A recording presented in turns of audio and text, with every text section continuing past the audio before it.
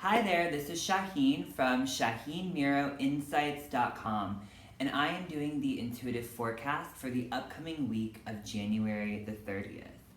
We're going to look at the energetic story that's being told for this upcoming week. What are the pieces and the parts to that story? What are the blessings? What are the hurdles? What are the points of power that we can use for ourselves as individuals to make magic happen? So as we're looking at the forecast and getting a feel for the flow that's happening, understand that this is for everyone watching this and also for you as an individual. So look for things that resonate with where you are right now and how that can match up with where you're heading in this upcoming week. Because there are always different layers and angles to the information that we're receiving and how that relates to you specifically. So I'm going to shuffle the cards and I'm going to pull 3 to get a feeling for the energy, the story, what themes are happening, how that's out picturing, and what that looks like for you. I also want to share something. I'm a big believer in, I'm a big knower. I know these things to be true. I don't believe them, I know them. I use affirmations a lot. And I'm not really interested in, writing them down a million times or anything like that. But one of the things that I try to do is when I'm having a negative thought or a negative reaction to something, I remind myself of positive affirmations that really highlight and really clarify and direct myself, my thoughts, my emotions, and my energy in the direction that I know to be true within my highest good. So usually if I'm having a negative thought or an experience or I'm saying something negative, I will actually rewrite that by saying something positive. Another thing that I have found to be very effective and very fun is to take affirmations that really speak to me and write them on my mirror. Because I know when I go into the bathroom to brush my teeth or when I'm getting up in the morning and I see the mirror and I'm seeing myself in it, and the first thing that I notice is something big written across the mirror. And it's fun because as you're reading that, you're hearing it in this beautiful, affirmative, empowering voice that is inside of you, and that's your voice. So try that. Write some affirmations on your mirror or just one affirmation and begin there. One of my favorite is, "Hello, gorgeous," and just see what that does for you. Another one that I really love, which is from this great little book, The Magic Path of Intuition by Florence Scovel Shinn, who was a big influence on Louise Hay. This is a book that she wrote that was just a manuscript. It was sent to Louise Hay a couple years ago, and it was published in its entirety. And Florence was an innovator in the world of affirmations, the law of attraction, the New Thought movement, and really her work centered on changing negative, debilitating, and resistant thinking to positive, empowering flow so that you can demonstrate, as she calls it, the power and the magnificence and the miracles of the universe in your life through the law of attraction and your own ability to create as a co-creator of your world and in the universe. So this is a great book, and her book, The Game of Life and How to Play It, is phenomenal. It's like the tiniest little book, and it has the most profound information. And it's written in a way that's very relatable, very understandable, even though she's from, I believe, the 20s or 30s.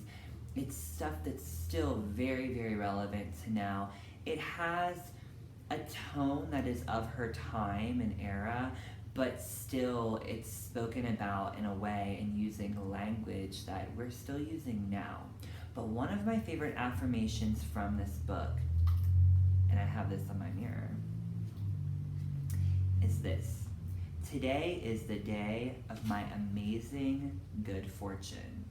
It's simple, but it feels really good. Today is the day of my amazing good fortune. You know, every day is a day of your amazing good fortune, whether you realize it or not. And the more you affirm it, the more you create it. You're the guest of honor in your life, don't forget that. I'll read another one that I really love, and this touches on money. And I think that that's something all of us can relate to, and I think that there is a lot around money and work and career that needs healing in our world, our society, our government, and I think all of us are really working on, in some capacity, healing our relationship with money. But I love this affirmation because it's so simple. As money goes out, I touch a hidden spring which releases large sums of money to return to me under grace in miraculous ways. So every time you're spending a dime, doesn't matter where it is or what it's for, if it's paying your bills or buying yourself something that you're treating yourself to, your money is coming back to you because you are activating that flow and you're letting it return to you. Your spending is priming the pump of receiving. So check that out. I just wanted to share that with you. Those little power tips are wonderful because affirmations really do work, and they're not about lying to yourself. They're about rewiring your brain, rewiring your response, your reaction, and what you're putting out into the world. And really, those thoughts and intentions, actions and energies, those are what we're looking at in a reading. And if we can get a handle on those particular things and we can start to change them, we can create the life you want, not the life that's fated to happen. So check this out, check out affirmations, and feel free to reach out to me if you have more questions about it. All right, enough of that. Let's look and see what cards we have. So I'm going to pull 3 cards, and we're going to see the energetic forecast for the upcoming week. I like to knock on my deck to clear the energy. And then just breathing into it and setting my intention to receive guidance, clarity, insight, information about this upcoming week. We shuffle through and just see which cards stand out. Maybe some will fly out, maybe some will speak to me, catching my attention. And then we'll pull 3. And I'm just going to go like this and just pull 3 out.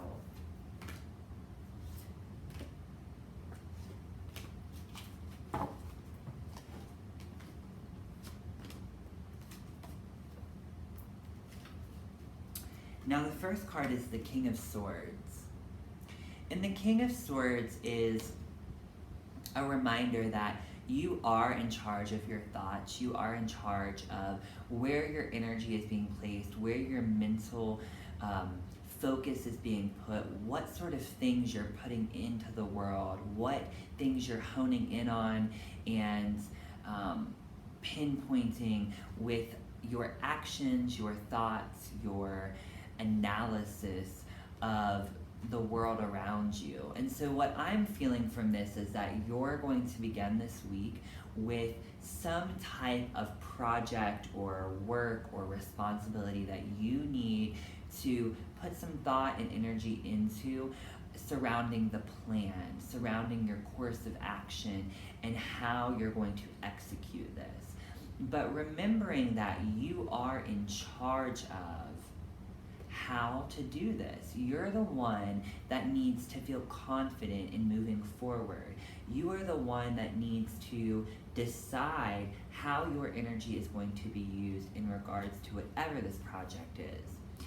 Now the next card that we have is the 5 of Wands.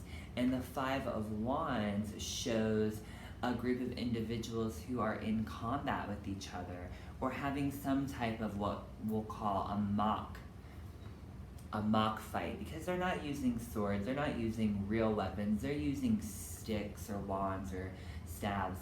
So we get this impression that within this context of you working on a project, working on putting together some course of action, you're also needing to work with a group or work with some type of what we'll call,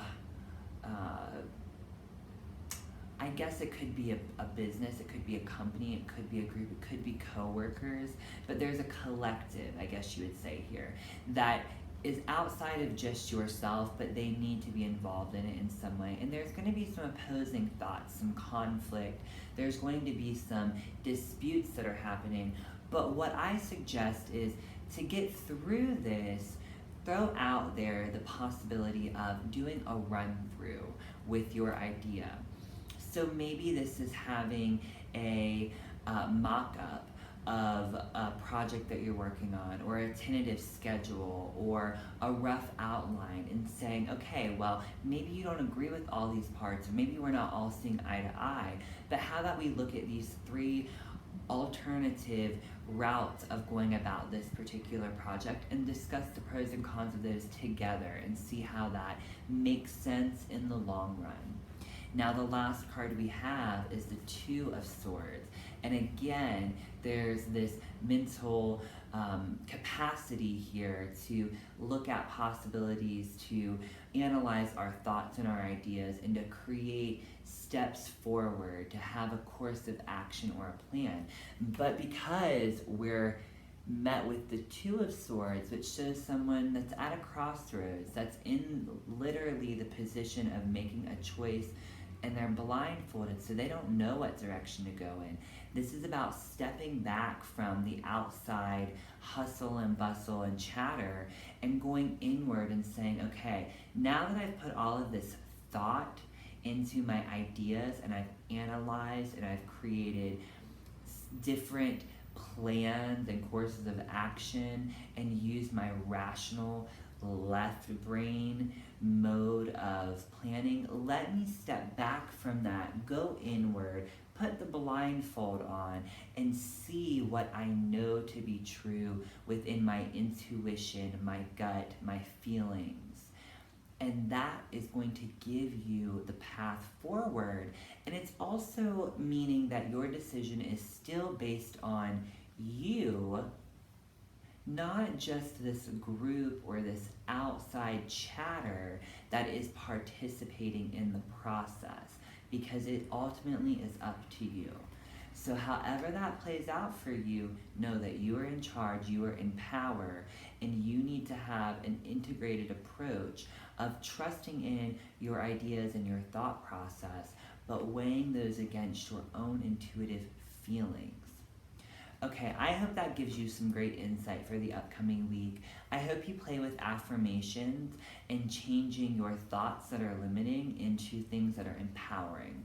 I also want to invite you, if you would like to do your own personal intuitive guidance session and see where you're at energetically and essentially getting your own energetic forecast, then set up a personal session with me. We can do a one-on-one session and look at your energetic story, look at your goals, your ideas, your fears, and see how we can overcome resistance, create more flow in your life, and really truly hone in on what is happening for you. Now, for those of you that have never done a session before, or have never done a session with me, and you're a bit apprehensive or not really sure what to expect, or maybe you're just not sure if you want to invest in that kind of a commitment financially, I do have an offer for you. You can do one of 2 things, and those will both have links below that you can use. One is to do a mini reading, which is a very clear, very concise question that you send to me, and I will answer via email with a thought out, in-depth, intuitive answer for whatever your question is, that has not only information but supportive actions that you can take. And you can do that for a very reasonable price if that concerns you. I actually love to work with people one-on-one, being able to hear their voice, being able to talk to them, and really get a feel for what it is that you need and kind of help guide you to that clarity if need be. So for that, we can do a mini session, which is just 20 minutes, and get a very clear feel for where you are surrounding a particular area or topic of concern. So if that is something that you would like to do, you can see the links below and you can contact me with any questions you might have. I look forward to working with you. I would love to hear any feedback or comments you have regarding this reading, how it's helped you, how the reading from last week helped you, or if there's anything you would like to see more of. Alright, visit me at ShaheenMiroInsights.com. I will talk to you next time, and until then, make big magic, take care of yourself, and talk to you later. Bye.